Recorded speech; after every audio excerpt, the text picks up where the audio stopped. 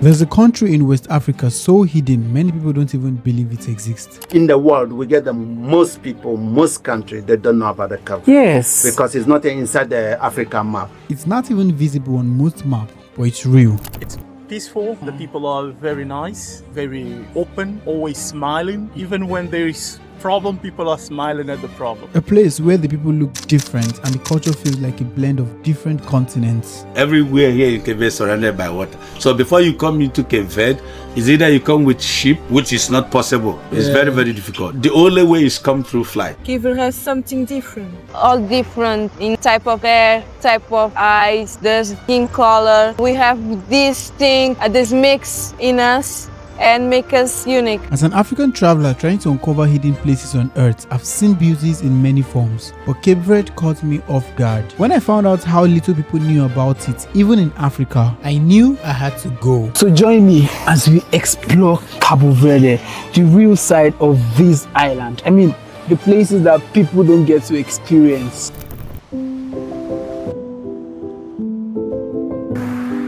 Cape Verde is a small group of islands floating in the Atlantic Ocean, just about 570 kilometers off the coast of West Africa, made up of 10 volcanic islands with a population of just over 550,000 people. Cabo Verde is very young in terms of population.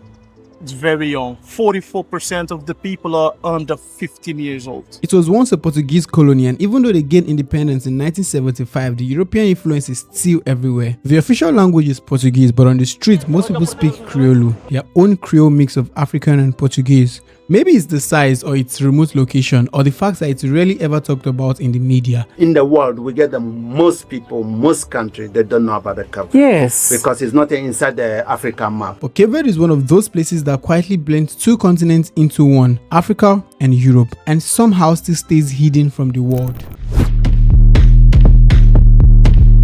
Stop that. Out of the 10 islands in this beautiful country, I was able to visit only 4, and they are only accessible via boats or flights. I flew in from Senegal, which is about 500 kilometers, and arrived in Praia since it was closer to West Africa. Cape Verde is hot. Really hot. Oh, if I stay here for 3 days, I'll get dark. Temperature used to be 25 degrees because the ocean regulates the temperature here. But lately, everything has been the temperature has been going up. Praia is the capital of Cape Verde, but it doesn't feel like most capital cities I've been to. Cape Verde has something different. All different in type of air, type of eyes, the skin color. We have this thing, this mix in us, and make us unique. Something fascinating about Cape Verde is how mixed the people are. You see people who look completely African, and then you see others who look mixed with Europeans. Different skin colors, different hair textures, different eye colors, all from the same country and the same culture. And then I realized that it's because Cape Verde has a long history of African and Portuguese influence. In Cabo Verde, there is no such a thing of saying, oh, this is not my child. Because of like parents being light or black color, and then they say like, oh, this is not my child. You cannot say it in Cabo Verde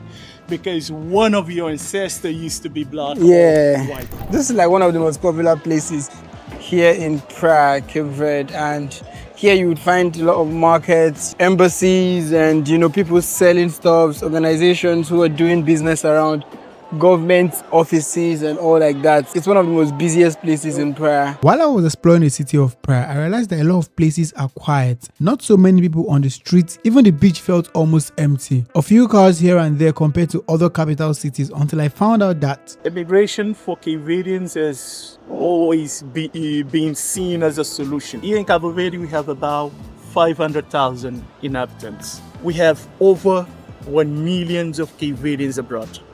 Wow, that's like more than half of. Yeah, more than half. Some are second generation, yes.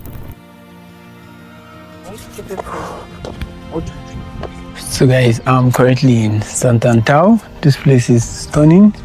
This place is amazing. Nothing like I've ever seen. There are more of lands and mountains than there are places that people live.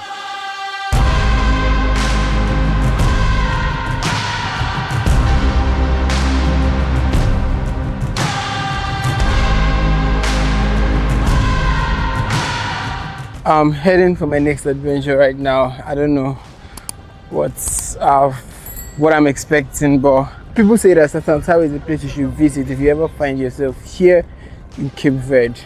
So let's see what Santo Antao have to offer. Santo Antao is one of the most breathtaking islands in Cape Verde. It's often called the greenest and the most dramatic of them all, full of mountains, deep valleys and endless hiking trails. Unlike some of the other islands, Santo Antao doesn't have an airport due to the nature of the island. The only way to get there is by boat. The brown house. This is a typical house from Lisbon. It's a colonial house. So yeah, I've arrived at Ribeira Grande. It's the capital city of Santo Antao here in Cape Verde. And if you look right behind me, you'll see a very old house there. Yeah, the one right there, that's the first house that the Portuguese built when they arrived in Cape Verde. And if you also look around, you see that the whole place is looking old and colorful and nice. You can change the interior of the inside, but you cannot alter with the exterior of this house, and that's because it's a UNESCO heritage site and you're not allowed to change whatever it is that you see outside. You just have to leave it the way you see it. The Portuguese settled here and used the island mainly for agriculture because of its rich volcanic soil and mountainous terrain. Over time, enslaved Africans were brought in to work the land, and that's how the population started to grow. Even today, you can still see the traces of Portuguese influence. This is one of those places in the world that should be part of the 7 wonders of the world. Look at this. Look at the beauty of this place. There are mountains by the right and also mountains by the left. This place is stunning. This place is beautiful. It's one of the most beautiful places I've seen in the world. If you've ever seen somewhere more beautiful than this, please show me.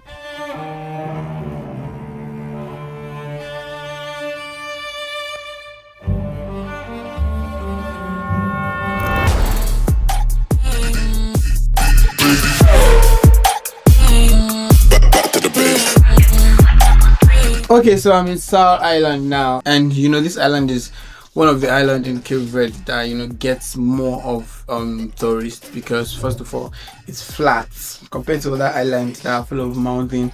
It has the biggest airports, the most popular ones, and most people that are flying from other countries land in this airport. The island has a lot of activities and beautiful places. That's why today I'm going to be exploring this island. Sal Island was named after its salt mine, which used to be a major part of Cape Verde's economy. But over time, Sal became known for more than just salt. Today, it's the most touristy island in Cape Verde because it's flat, easy to explore, and home to the most beautiful beaches in the country. In 1460 to 1462, they named this island, discovered by Portuguese people, Lana. Lana. Yes, matter of fact, we have one hotel called Lana. Really? Lana, yeah. Then, in 1805, a Portuguese man start this massive exportation of salt around the world. 1805, this island start calling Salt Island. Salt Island. The island of salt. Before, the salt was like diamond, was gold, you know what I mean? Yeah. We talk about 200 years ago. You need salt for everything. Also, because of this salt, today you have salary. Salary, salt. Before was no money. Yeah. Let me give a good example. You, my man, work for me. And also Jai and Tuga work for me. I'm the man, I'm the boss. Yes. Was no money to pay you guys. How I pay you guys? With salt? Oh. With a portion of salt? You know what I'm saying? And then with the portion of salt you have, can be 10 kilos, 20 kilos, whatever your salary is, you know what I'm saying? You get that. And then you buy half a kilo, you buy fish, a quarter of a kilo, you buy this with and salt. that with salt. That was money, like money today. Wow. That's why you have salary. Get it? You get it? Salt, salary. It's what you get, the end of the month for your job. Sal Island is also considered one of the safest islands in Cape Verde, especially for tourists, whether you're visiting for the first time or just exploring on your own. Sal is just like a free zone where whenever you're in Sal, you're like a citizen of Sal. So Sal is cool, calm, because most people here migrate from the island down here to make a living. So you can always see somebody say, I'm born in Sal, but my mom comes from Santiago, my dad comes from São Vicente. Yeah. So that's why Sal is very, very cool. And because it's the tourist center, so the government is really, really serious about the place, making sure that everybody here is safe. So that's why you see tourists, they move about freely, confident, because they believe that nothing will happen. And actually, nothing will happen. Salt Lake. The Salt Lake, when you go there, the water is 26% more salt than the normal water, allowed you to float. For those people, for those who don't know how to swim, that is the perfect spot. Like me. Especially for Nigerian people who is not good swimmer. They go there, brother, you enter until the water gets to your knee, and then you relax, and you float completely, doing nothing. You know what I'm saying? You're gonna love it. While we were in Sal, we visited a place called Salinas. It's one of the island's most famous spots. It's basically an old salt crater where they used to mine salt back in the days. We're visiting right now the Salinas, the Salt Lake. There is the cave. We're gonna go through the cave, and then we go down. And then my boy is gonna swim. We're gonna swim. I'm not good at swimming, but they say you would float. This water is so salty that you literally can't sink. I had always heard about places like the Dead Sea, but I'd never experienced it myself. So of course we had to go try it out. It's one of those things that makes Sal Island so unique.